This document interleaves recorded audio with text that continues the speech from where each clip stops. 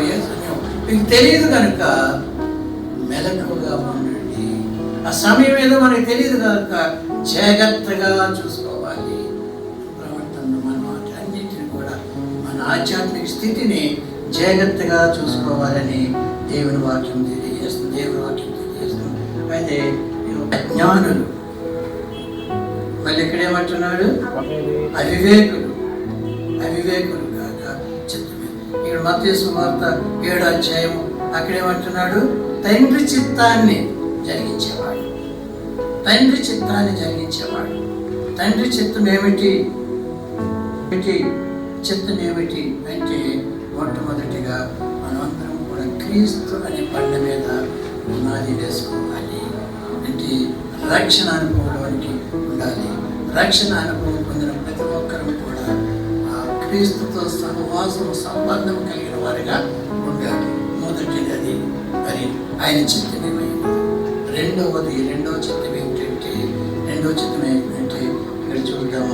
మరియు మద్యముతో మత్తులై ఉండకుడి, దానిలో దుర్వ్యాపారం కలదు. ఆత్మపూర్ణులై ఉండుడి, ఒకరినొకరు కీర్తనలతోనూ సంగీతములతోనూ ఆత్మ సంబంధమైన పాటలతోనూ హెచ్చరించుచు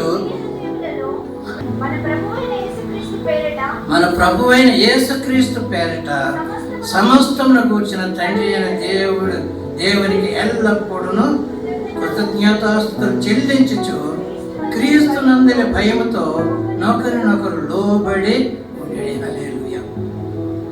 సిద్ధుల్లో నూనె ఉన్నప్పుడు ఆయన చిత్తం ఏమిటంటే, రెండు అనేకమైనవి ఉన్నాయి. ప్రాముఖ్యంగా మనకి సోమరైన వాడికి కావాల్సిందంటే రక్షణను కాపాడుకోవడం, ఆయనతో సంబంధం కలిగి ఉండడం. రెండవది ఆత్మపూర్ణులై ఉండాలి. ఎప్పుడు ఆత్మపూర్ణులై ఉంటాము? ఆత్మ కలిగినప్పుడు.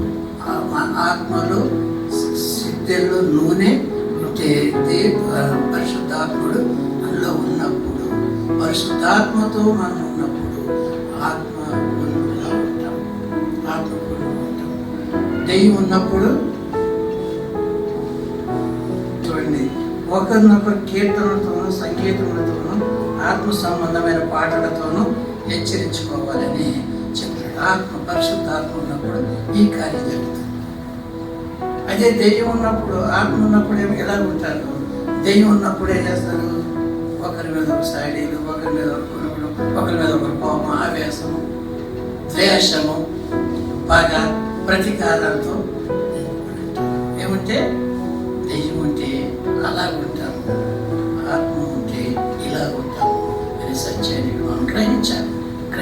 ప్రతి మాటలను బట్టి కీర్తనలతోనూ సంగీతములతోనూ ఆత్మ సంబంధమైన పాటలతోనూ హెచ్చరించుచు హృదయములలో ప్రభువును గూర్చి పాడుచు కీర్తించుచు